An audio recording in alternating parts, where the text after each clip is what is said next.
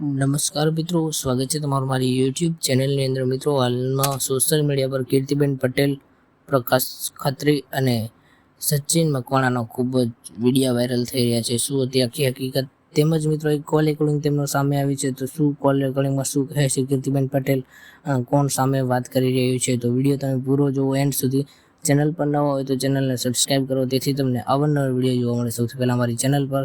તો મિત્રો, તમે કોને સપોર્ટ કરવા માંગો છો તે તમારું મંતવ્ય કોમેન્ટ બોક્સની અંદર જણાવો। અને મિત્રો, સચિન મકવાણાને સપોર્ટ કરવા માંગતા હોય તે લોકો કોમેન્ટ બોક્સની અંદર જણાવી શકે છે। તો જોઈ લો તમે આ કોલ રેકોર્ડિંગ કે શું કહે છે કીર્તિબેન પટેલ।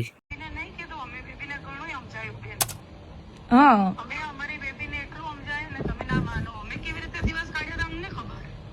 બધી વાત સાચી છે, પણ આજે તો એ વ્યક્તિ તો ભોયગું પછી નિર્દોષ છૂટ્યો ને આજે।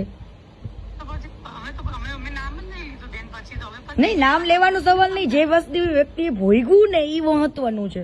વગર વાકે જે વ્યક્તિએ ભોયગું ને એ જોવાનું હોય આપણે।